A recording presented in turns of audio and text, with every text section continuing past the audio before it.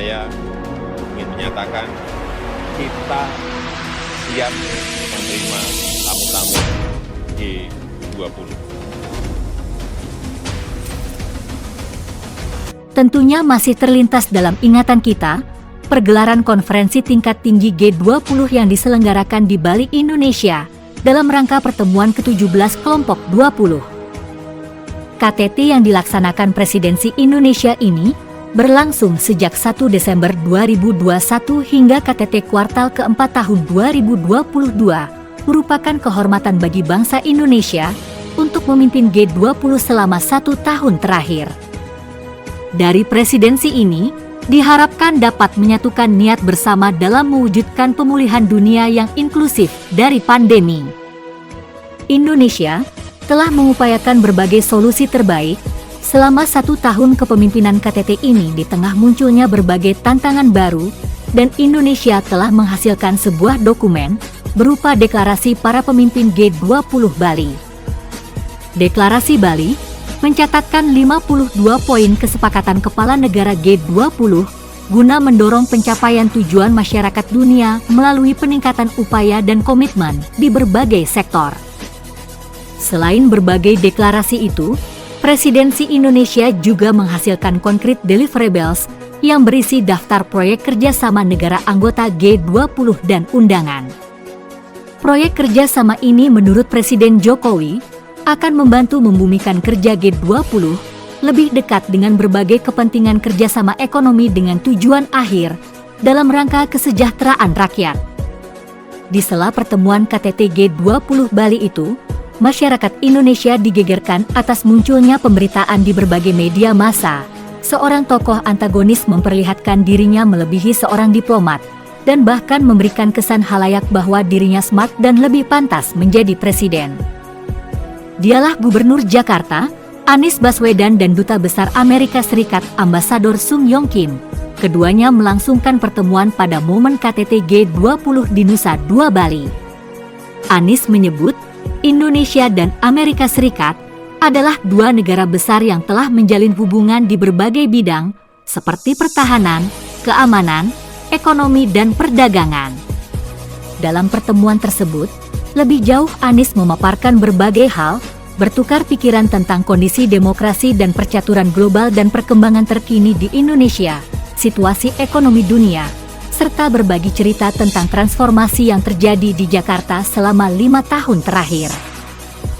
Pertemuan Anies Baswedan dan Ambasador Amerika pada acara KTT G20 di Nusa Dua Bali tentunya amat sangat mudah dibaca, dan semua tak lepas dari kelanjutan rentetan peristiwa kunjungan Duta Besar Amerika pada Rabu 15 Februari 2023 atas perintah Joe Biden menemui para pembesar PKS di Jakarta, yang pasti bukan hanya pertimbangan PKS sebagai notabene simbol partai Islam dan sekaligus simbol partai oposisi. Tetapi jauh dari itu, para pengamat menilai ada intrik-intrik tertentu terkait kepentingan Amerika atas deklarasi PKS dalam pencapresan Anies Baswedan untuk Pilpres 2024 mendatang. Menurut Yusuf Dumdum, ini menjadi pertanyaan besar yang harus terjawab dan dijelaskan agar dapat diketahui oleh seluruh masyarakat Indonesia. Mengingat Anies Baswedan merupakan Capres 2024 yang diusung Nasdem, PKS, dan Demokrat itu, selama ini sikap politik dan kebijakannya untuk membangun Jakarta semua bertolak belakang dengan Presiden Joko Widodo maupun Ahok dan Jarot. Masih menurut Dumdum, kekhawatiran banyak masyarakat atas langkah Anies Baswedan, PKS, dan Duta Besar Amerika itu tidaklah berlebihan jika ditafsir menjadi pertanda Amerika Serikat melalui Anies Baswedan sedang mempersiapkan bonekanya di Indonesia untuk pemenangan kontestasi calon presiden 2024 mendatang. Kedekatan Anies Baswedan dengan Amerika jelas terkait erat untuk mematahkan langkah-langkah Presiden Jokowi dalam menggalang strategi kekuatan ekonomi baru Indonesia yang selama bertahun-tahun telah dieksploitasi Amerika dan sekutunya. Langkah-langkah Presiden Jokowi dalam menjaga kekayaan bumi pertiwi untuk penguatan ekonomi Indonesia tentu bukan hanya kepentingan Amerika yang terganggu, tetapi juga termasuk kepentingan negara-negara Eropa secara umum yang bergantung kepada lebih dari 50% kekayaan hasil bumi Indonesia.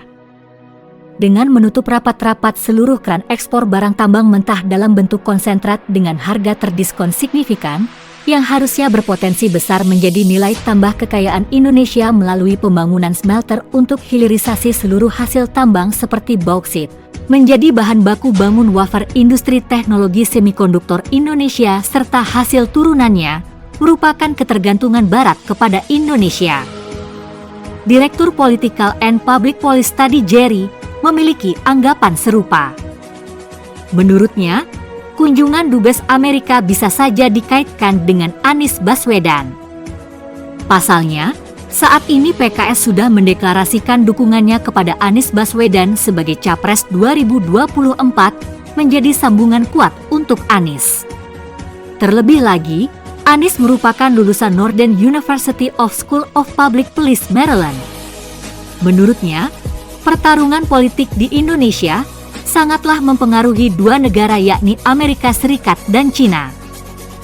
Kunjungan ambasador Amerika ke markas besar PKS itu dapat dipastikan menjadi isu upaya campur tangan negara-negara adidaya untuk memperkeruh situasi Indonesia yang bangkit di bawah ketegasan kebijakan kepemimpinan Presiden Jokowi dalam memperjuangkan hak-hak rakyat Indonesia atas kekayaan buminya sendiri. Hal ini merupakan sinyalemen buruk bagi seluruh rakyat Indonesia yang berpotensi menimbulkan bahaya bila tak pandai membaca sinyalemen pada setiap peristiwa politik yang terjadi dalam negeri. Melihat peristiwa politik Anies Baswedan dan ambasador Amerika di Bali, memperhatikan gelagat politik PKS dan ambasador Amerika di Jakarta, sudah semestinya menjadi catatan besar kita untuk cerdas memilih siapa yang pantas dipilih agar dasar-dasar kemajuan yang sudah dibangun oleh Presiden Jokowi tetap berjalan pada koridor yang dapat mengantarkan Indonesia menuju kesejahteraan, keadilan, kebersamaan dalam persatuan mempertahankan marwah bangsa yang beradab.